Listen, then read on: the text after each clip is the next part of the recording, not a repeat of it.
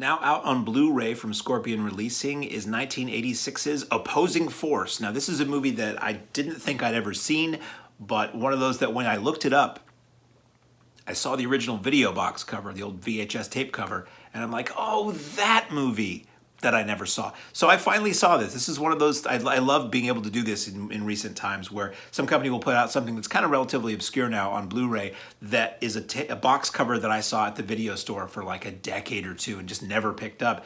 And it's kind of scratching an itch or satisfying a curiosity that's been like 20 or 30 more years in the making. So Opposing Force stars Tom Skerritt as part of an elite group of U.S. Army soldiers or Air Force soldiers, U.S. soldiers in the Philippines who are going on this very special high-end training exercise where they're dropped onto this island and they have to, it basically simulates a POW, The Escape, actually referring to a film I was just talking about, also available for you, Scorpion Releasing on Blu-ray.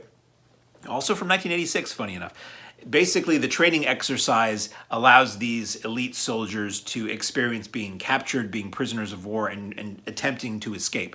Partly it is training on how to endure prisoner of war conditions and not break, and part of it is figuring out if you can get out of something like that. So this program is run by Anthony Zerbe, who's, I always remember this whenever I hear Anthony Zerbe's name. You might know him. He was the leader of the evil albino zombie people in Omega Man, and he was the titular Phantom of the Park in Kiss Meets the Phantom of the Park. His real name was Herbert, and he changed it to Anthony for his SAG or whatever, for his film work or TV work, because he didn't think Herbie Zerbe could be taken seriously as a name. So anyway, Anthony, I almost called him Herbie. Anthony Zerbe runs this prison camp with an iron fist, and Richard Roundtree is his second in command.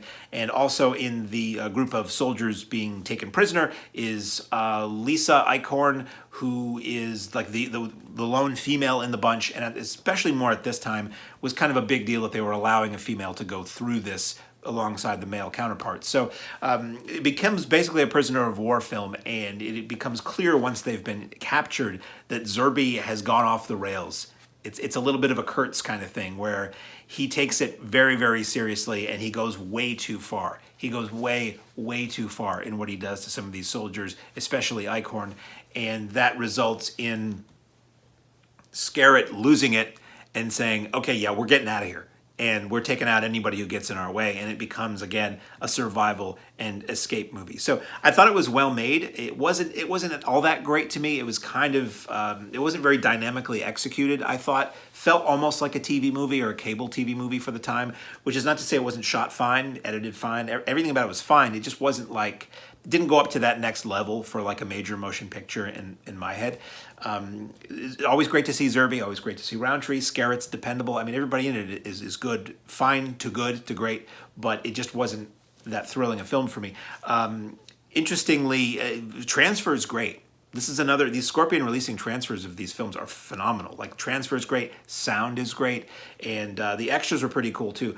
This is one of those things where I was a little indifferent on the movie, but I'm really curious to see the extras, to see, you know, where did this come from? Was it supposed to be something else? How did it go? The ending of the movie is really weird. I won't tell you what it is, but the ending, something happens, and then there's a freeze frame almost immediately, and a voiceover, and it feels super abrupt. Like, did the camera run out of film? I mean, what's going on here?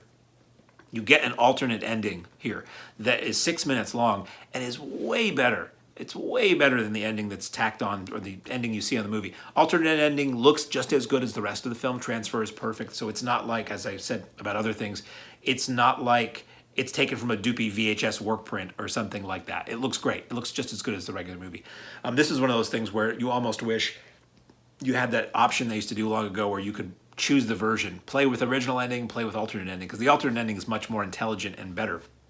According to the director who's on the extras here, the alternate ending was, I guess, what they got in Europe, and the ending that's on this disc is, I'm doing this because the disc is right there. The one that's on this disc is the US version. So that's what it would have been on the old videotape. So extras, we get a commentary with director Karson, which is very interesting. You get the extended ending that I just talked about. You get trailers. You get the Opposing Force trailer, under the title Hell Camp, which apparently it was released as that in some places. You get a trailer for Death Before Dishonor, the Fred Dryer movie, but it's awful looking. It's an awful, terrible, herky-jerky, super low frame rate YouTube clip. Like, I don't know why they put these things on there if they're going to look like that. I'd rather not see it than see it looking that terrible, because compared to what the movie looks like, it's just like, ugh, this is a Blu-ray. It shouldn't look like that. You get one for The Night Visitor, Johnny Cool, which is a cool old Henry Silva, Sammy Davis Jr., produced by Peter Lawford movie. But again, that's horrific YouTube quality. And one called The Killing Time, which is also pretty bad YouTube quality. So aside from the junky quality of those trailers, the extras are great. The film is very interesting. It does have a pretty cool cover. The artwork on the cover, I keep looking at this. I'll put it right there. The artwork on the cover is really cool.